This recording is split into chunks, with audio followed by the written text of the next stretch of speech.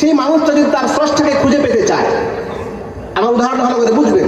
মনে করে নিলাম কোন একটা আইল্যান্ড আছে, ওই আইল্যান্ডে কোন একটা মানুষ আছে, আর সে মানুষটা একদিন ভাবছে যে আমাকে কে সৃষ্টি করেছে, আমার জন্য কে আইল্যান্ডে সৃষ্টি করেছে, আমি তাকে খুঁজি। সে খুঁজতে খুঁজতে খুঁজতে খুঁজতে দেখা গেল সেই স্রষ্টাকে পেয়ে গেল। মানে ফিজিক্যালি না, ধরে নেন সে তার ভাবনা চিন্তাতে তার স্রষ্টাকে পেয়ে গেল। আর সত্যিকার অর্থে সে তার স্রষ্টাকে যদি পেয়ে যায় আর তাকে যদি তার স্রষ্টা হিসেবে মেনে নেয়, তার কথা মতো যদি জীবন যাপন করে, তাহলে সে আইল্যান্ডে থাকা মানুষটাও আল্লাহর কাছে কি হবে, তার স্রষ্টার কাছে কি হবে, মুসলিম হবে। তাহলে মুসলিমের হচ্ছে এটা শব্দগত অর্থ। এই জন্য আমরা বলি যে ইসলাম কিন্তু মুহাম্মদ সাল্লাল্লাহু আলাইহি ওয়াসাল্লাম থেকে শুরু হয়নি। আমি কথা বুঝতে পারলাম? শুনলেন না মনে হয়? আমি কি বলছি একবার শুনুন। ইসলাম মুহাম্মদ সাল্লাল্লাহু আলাইহি ওয়াসাল্লাম থেকে শুরু হয়নি,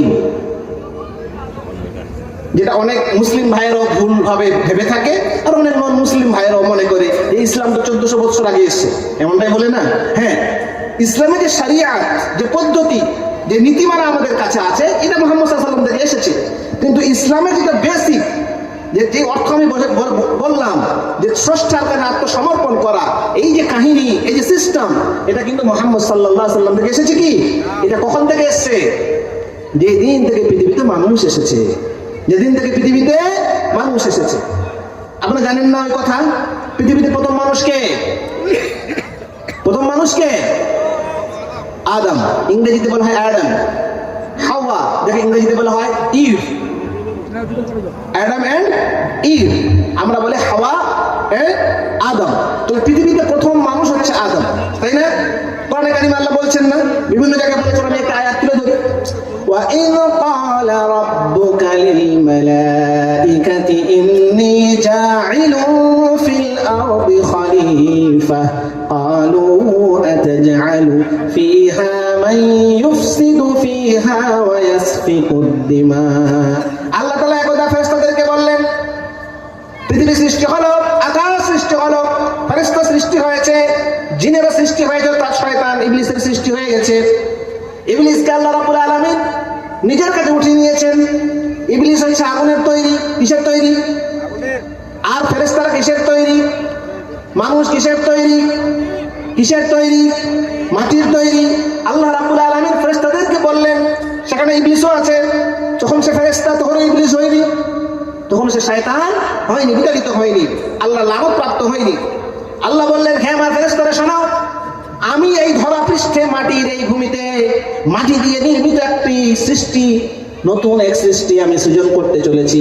আমার প্রতিনিধিত্ব করবে, মানে আমি তাদেরকে গাইডলাইন্স দেব, আমার আদেশ দেব, আর সে আদেশ তারা পালন করবে। আমি এই উদ্দেশ্যে আমার ইবাদত করবে, আমার কাছে আত্মসমর্পণ করবে, আমার নীতিমালা, আমার হুকুম, আমার তারা মেনে চলবে, আমি জন্য সৃষ্টি করব। আপনারা সকলে শুনেছেন, ফেরেশতারা বলল, আল্লাহ এমন মানুষ কেন সৃষ্টি করবে যারা দুনিয়াতে মারামারি করবে, লড়াই করবে, খুনোখুনি করবে? আল্লাহ বললেন, আমি যা জানি তোমরা তা জানো না। এই লম্বা কথা বলতে হবে। আদমের সৃষ্টি হলো, আদমকে আল্লাহ বললেন, তুমি সব জায়গায় চলো, কিন্তু এই গাছের নিকট যাবে না। আদমকে ভালো লাগতে লাগলো না। একদিন ঘুম থেকে উঠে দেখছে তার বাম পাশে সুন্দর এক রমণী তার পাশে আছে। যেমনি সে দেখলো, তো সে দেখে আপ্লুত হলো, আনন্দিত হলো।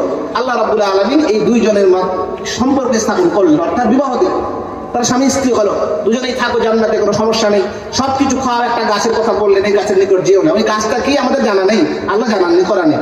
অনেকেই বলে গমের গাছ ইত্যাদি ইত্যাদি, তো এগুলো হচ্ছে বানাওয়াটি কথার মতো, এর কোনো ভিত্তি কোরআন এবং হাদিসে নেই। গাছের কথা আল্লাহ তাআলা বলেছেন, কি গাছ আল্লাহ তাআলা ভালো জানেন। কিন্তু আদম এবং হাওয়া দুজনেই ফল খেয়ে বসলো, অপরাধ হয়ে গেল, হুকুম অমান্য করলো। খাওয়ার পর কিন্তু আদম এবং হাওয়া দুজনেই বুঝতে পারলো বড় ভুল করে ফেলেছি। জান্নাতি পোশাক সব খুলে গেল, উলঙ্গ হয়ে গেলেন। আল্লাহ রাব্বুল আলামিন নারাজ হয়ে গেলেন, বললেন, আদম একই কাজ করলে, আচ্ছা ঠিক আছে, তাকে দুনিয়াতে ফিরে যাও। তাহলে এখানে আর থাকা হচ্ছে না, আকাশ থেকে দুনিয়াতে চলে যাও। আদম এবং হাওয়াকে দুনিয়াতে পাঠানো হবে।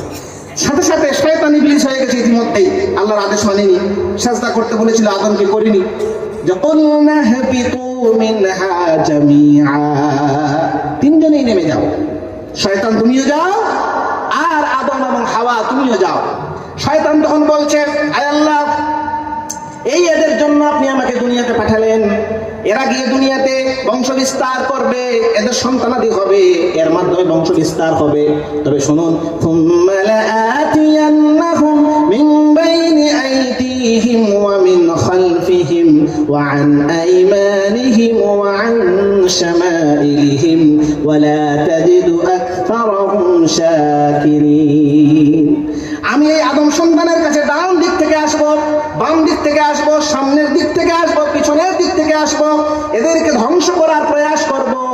আপনি এর যে উদ্দেশ্যে এদেরকে দুনিয়াতে পাঠাচ্ছেন, তারা যে আপনার কাছে আপনার ইবাদত করবে, আপনার কথা শুনবে, আপনার হুকুম মোতাবেক জীবন যাপন করবে, এই কাজ করতে আমি এদেরকে বাধা দেব। এই শয়তানি কার্যকলাপের ফল আজ আমরা দুনিয়াতে দেখতে পাই কি পাই না? এই যে মানুষ খুন করে, মারামারি করে, মা বাবাকে গালি দেয়, বউকে মারে, আছে না এমন পুরুষ? বউকে মারে কার কারণে করে? শয়তানের কারণে করে না? আর ওই বোকা মানুষ বুঝতে পায় না যে শয়তান আমাকে ধোঁকা দিচ্ছে, অল্প অল্প কোথায় রেগে যায়, মদ খায়, জুয়া খেলে, মানুষের সঙ্গে অল্প অল্প কোথায় ঝগড়া করে, একটু গাড়ি লেগে গেছে উঠে মারতে লাগবে।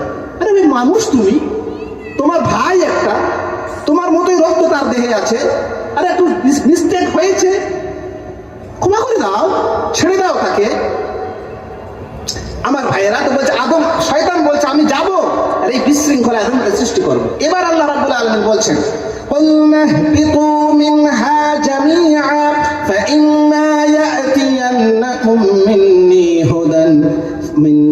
হুদান ফালা খাউফুন ফামান তাবিআ হুদায়া ফালা খাউফুন আলাইহিম ওয়ালা হুম ইয়াহজানুন। সুন্দর কথা আল্লাহ বলছেন, হে আদম যাও, তুমি, শয়তান তোমাকে আগ্রাসন করবে, তোমাকে ধ্বংস করতে চাইবে, কিন্তু তুমি যাওয়ার পর আমার পক্ষ থেকে আমি তোমাকে গাইডলাইন্স দেব। এই দুনিয়া তো নতুন জায়গা, এই দুনিয়াটা তোমার জন্য নতুন জায়গা। এখানে পাহাড় আছে, পর্বত আছে, এখানে সাগর আছে, নদী নালা আছে। তোমাকে এখান থেকে বীজ বপন করে খাদ্য উপার্জন করতে হবে, এখানে তোমাকে ঘর বাড়ি নির্মাণ করতে হবে, এখানে তুমি যুগে যুগে নানাবিধ জিনিস তোমাকে আবিষ্কার করতে হবে। প্লেন আবিষ্কার করবে, তুমি অর্থনীতি আবিষ্কার করবে, তোমার সন্তানেরা নানাবিধ আবিষ্কার করবে, নানান সমস্যার সম্মুখীন হবে। আর শয়তান তোমাদেরকে সেখানে ধ্বংস করতে চাইবে। জেনে রাখো, তুমি যাওয়ার পর আমি যুগে যুগে সময়ে সময়ে আমি আমার পক্ষ থেকে গাইডলাইন্স পাঠাবো, হেদায়েত পাঠাবো।